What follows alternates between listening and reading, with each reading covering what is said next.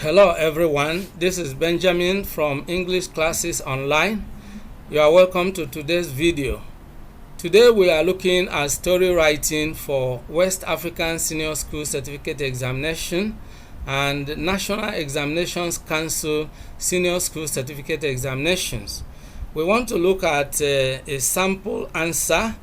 We take a specific past question and then we illustrate with that past question how to write a good story, and we go through the sample answer, the kind of answer or the kind of story that can win you maximum marks in any of these exams.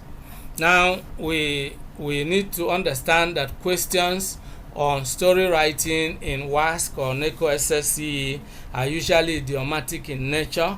That is, certain idiomatic expressions, proverbs or quotes are given to be expanded into a story, which in the long run ends with the given quote, thought or saying. And here we are looking at the Wassce of June 1992. The question is, narrate a story to illustrate the warning, look before you leap. So we are going to look at this. Then we will I will show you a sample story, just to show you the kind of story you are expected to write in any of these exams. Of course, we are going to go through the sample, but before we do that, let's look at the steps. Let's familiarize ourselves with the steps to take. Now, showing steps to take with a past question. Wassce, June 1992. Narrate a story to illustrate the warning, look before you leap. Now, these are the steps to take. The first thing you ought to do in writing a story like this is to identify the purpose or the theme. Now, identify the purpose of your story. That's very important, because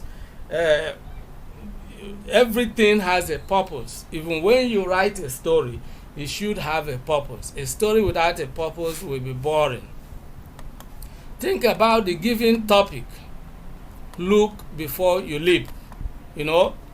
This is how to identify the purpose of your story. The purpose of your story is already embedded in what Wassce or Neco has given you already. Now, you must have a thorough understanding of this saying. You must understand what this means. Look before you leap. You need to understand that. The purpose of your story is then to illustrate the saying,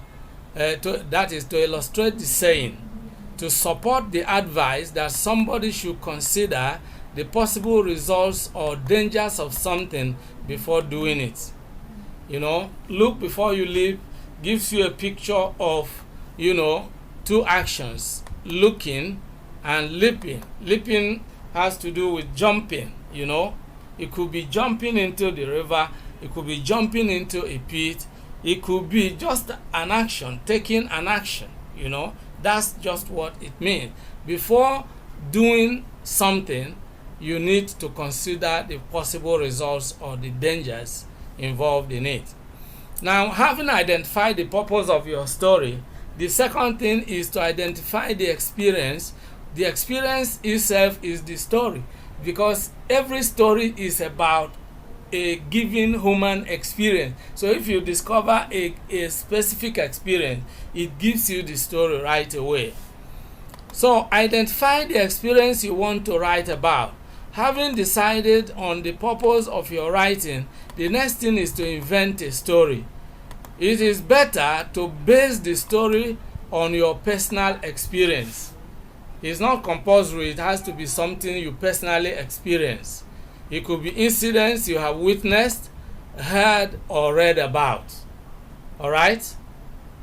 Now, the third step is to come up with your pre-writing notes. Pre-writing notes are those things you jot down before you start writing that will guide you to write a good story. Writing is like building a house. and it is important you plan a house before you start building it.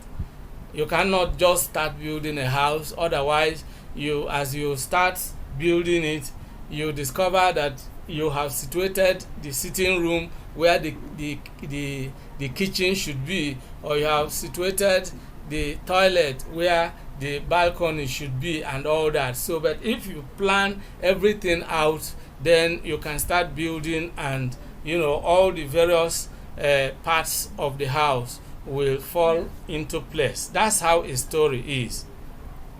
So jot down the facts or the main points of the experience you want to write about. For example, you start with the setting. All right? Now, the setting is the place and the time within which the story takes place, within which the actions of the story took place, Where did it happen? When did it happen? And when you incorporate setting into your story, it makes it more convincing. So here we are saying, in the village Umueke, when I was in primary 6. Where did it happen in Umueke?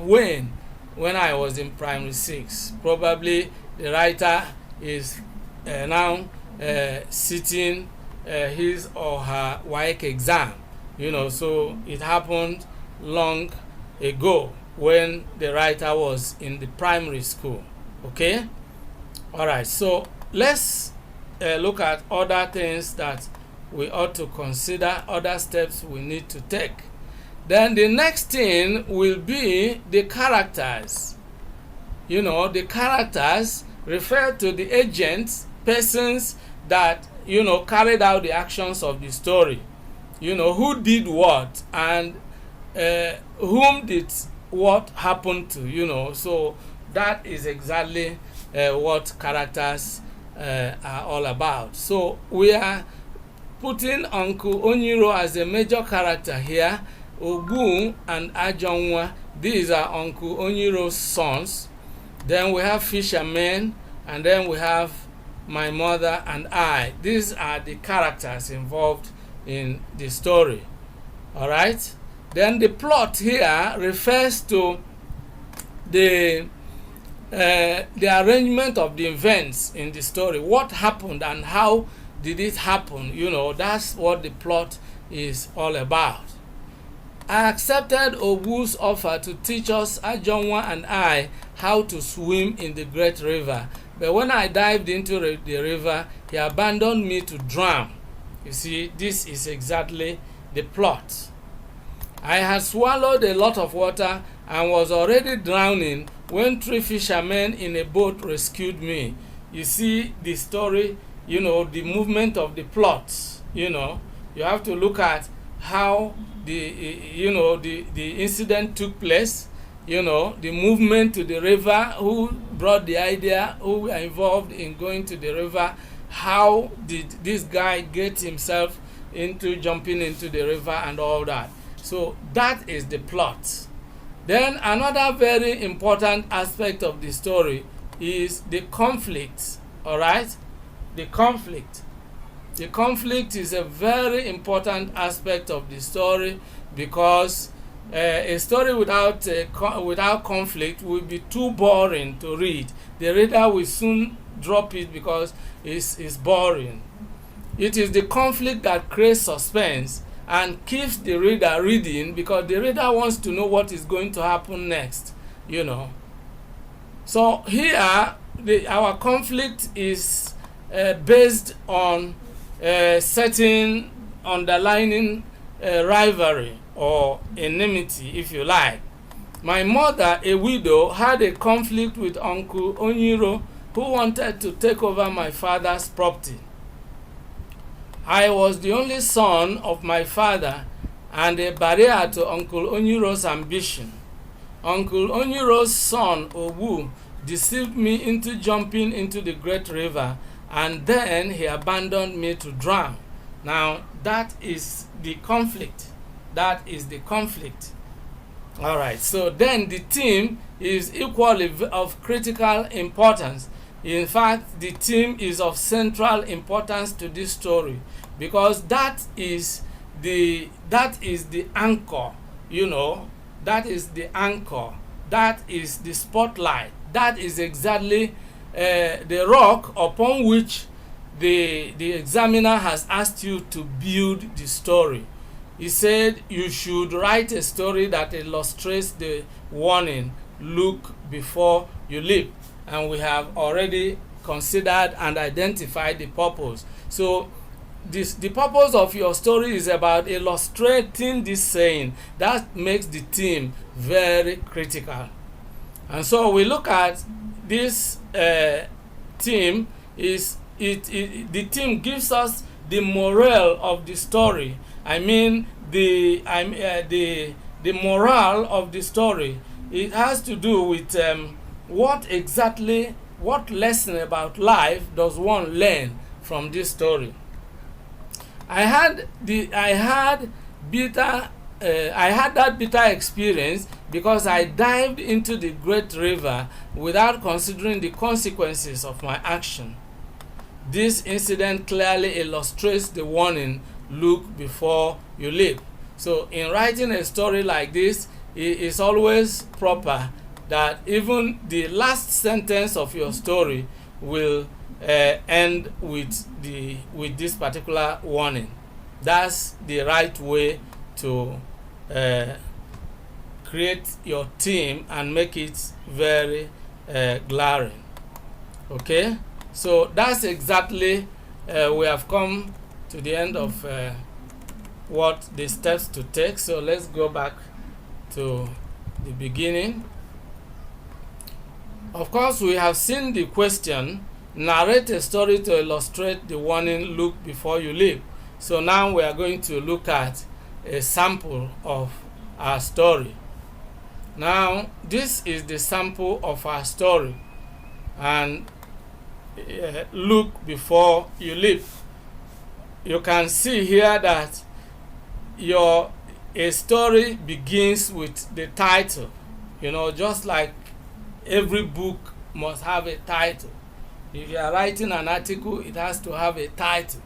And so this is a story, and you write your title at the top center of your answer or writing sheet.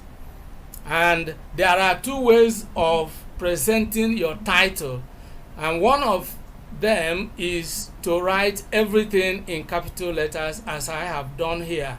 Look before you leap. And when you do this, you don't have to underline. The second method is a mixture of capital and small letters, but there are some rules to guide how you write that. Now, the words in English language are divided into two. What we call the content words. That refers to the major parts of speech, such as the noun, the verb, the adverb, and the adjectives. These are words that have meaning in themselves. Look, for instance, has meaning. You know, before, you are lesser. They carry lesser meaning. But these ones carry the actual meaning. If we remove before and you, and we say look, leap, these two words, you know, are in fact action words, and they have specific meanings in themselves. All right? Before doesn't have a specific meaning. You can refer to anyone. All right? So in using the mixture of capital and small letters, you write look with capital L and then others in small letters. Before and you should be written in small letters, and leap should be written in capital letter. Now, if we do that, this is what we are going to have. Let me attempt to show you look with capital letter L.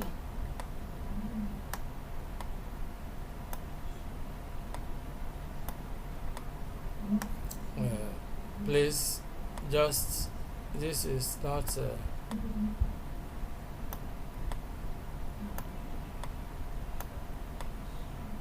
look before U is small letter y too. Look before you leap, and then capital letter L.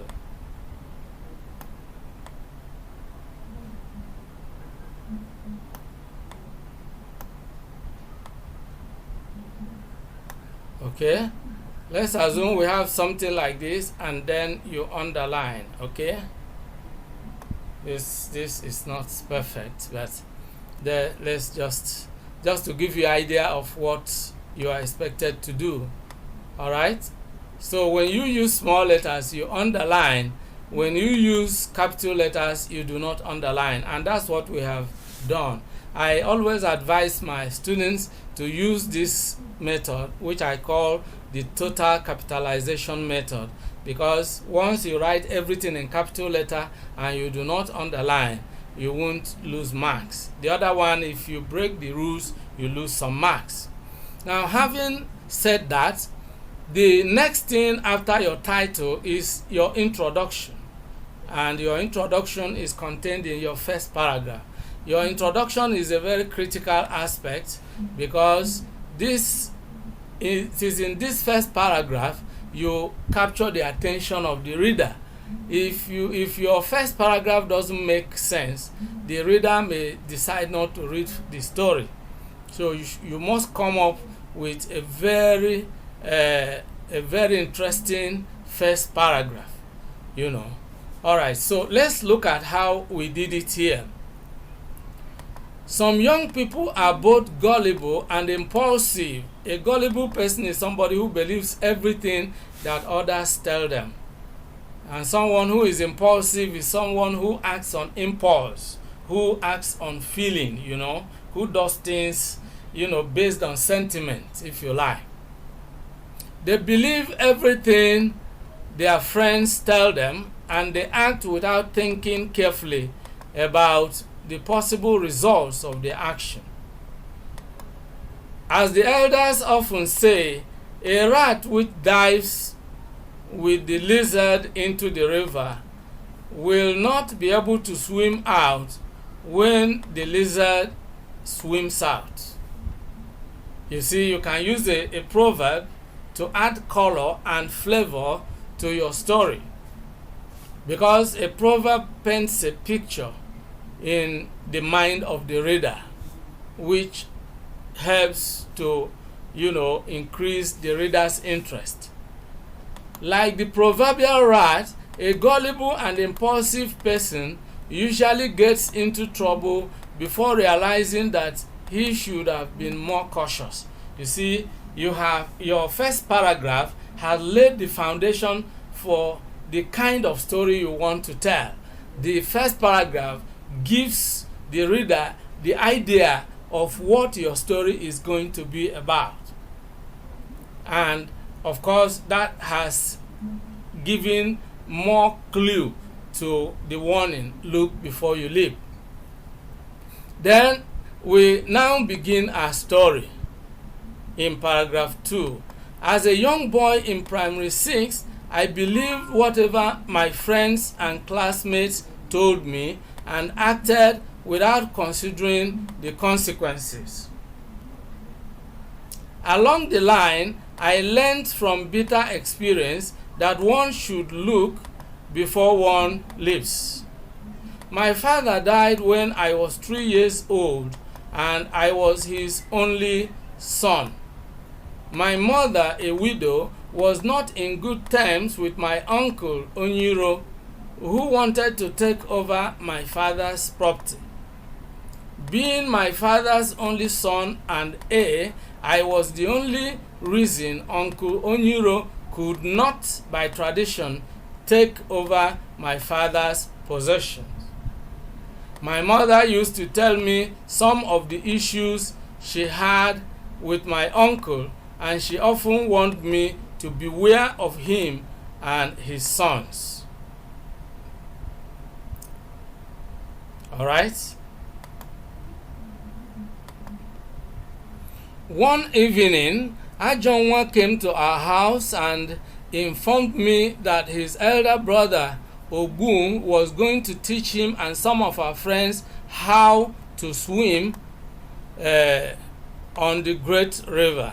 Okay, let me please sorry, something okay.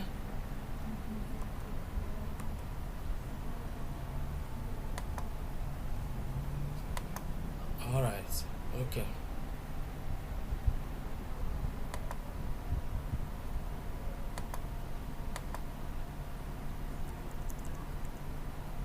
Sorry, let's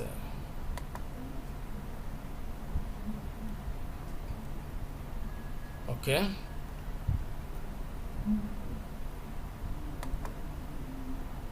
One evening, Ajonwa came to our house and informed me that his elder brother Obu was going to teach him and some of our friends how to swim on the great river which was near the village.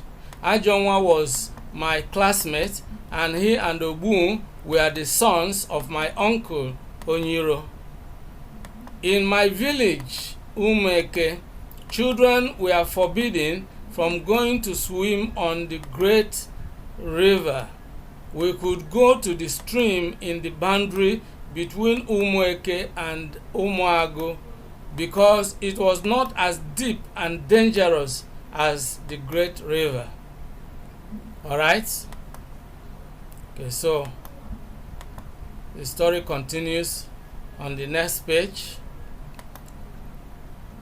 I leapt at the chance to go and learn how to swim on the great river because, as Ajonwa put it, learning to swim across the great river was a thing to show that one had grown up.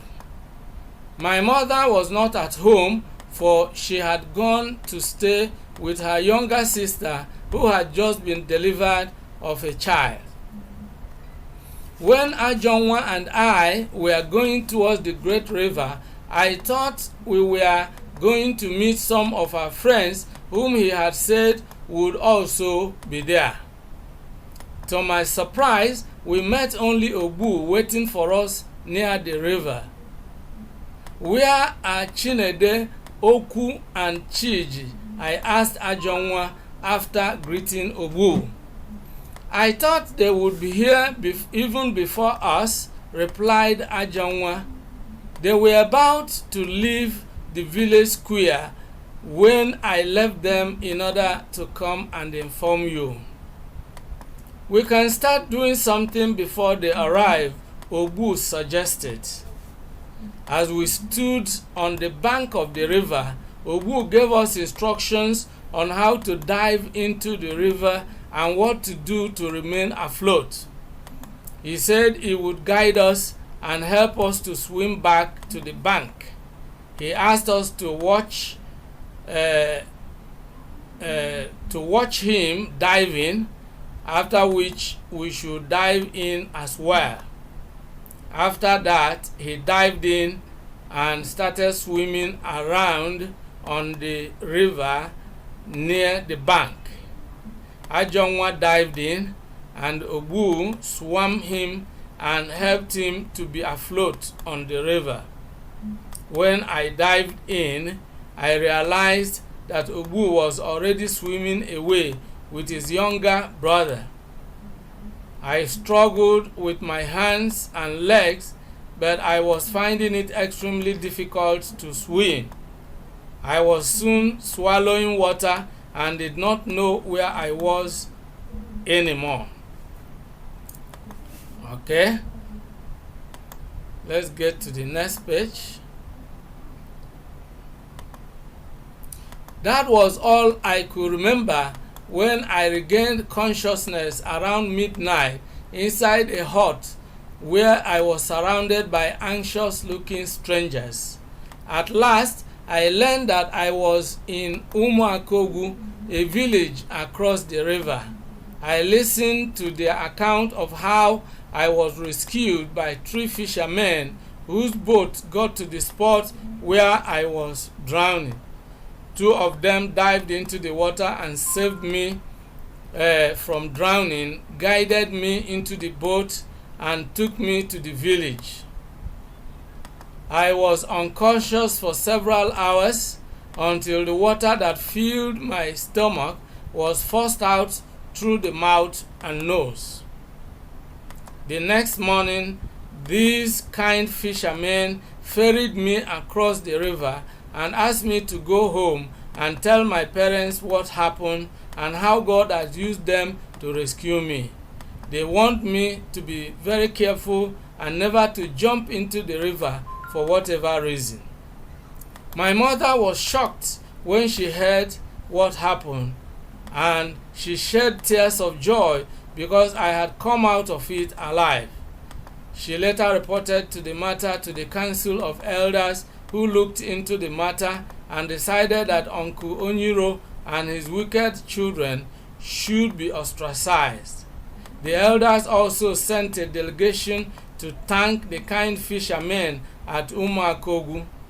It was by sheer grace that I did not die. Of course, I learned my lesson from that experience. This story aptly illustrates the warning, look before you leap. So that is exactly the story. You can see the kind of story we invented. We invented a story to illustrate the warning, look before you leap. And that is how to write a story like this when you are asked to write one. As we have already gone through the process, you must have learned the steps to take, and that is, first of all, to identify the purpose of the story, then identify the experience, and write your pre-writing notes. That is your writing plan, beginning with the setting, where did it happen, when did it happen, then the characters, who took place, who did what, and whom did what happen to. Then the plot, what happened and how did it happen, Then comes the conflict, the what actually caused this particular event to happen. Why? That is the why of the story. And the conflict is always the major aspect of a story that drives the story, that creates plots, because it has to do with certain choices, certain decisions, certain actions that we are taking as a result of certain underlying factors of conflict. And we have a series of cause and effect that drives the story. And finally, we looked at the theme, which is actually the lesson that the story teaches about life generally. So this is exactly how to write a good story that will enable you to score high in any of these exams. I believe that if you actually followed the story with interest, you must have gained something from this story. Most importantly, you must have learned the steps you need to take when next you want to write a story like this, or when you are going to sit any of these exams. Now, that's how it has been in today's video, and this is where we draw the curtain. I want to thank you for watching. If you have enjoyed this video, please make sure you subscribe to the channel. And if you would like to have free access to all the videos I upload on this channel, click on the bell icon so that whenever I upload a new video, you will be notified instantly. See you in the next video, and bye bye for now.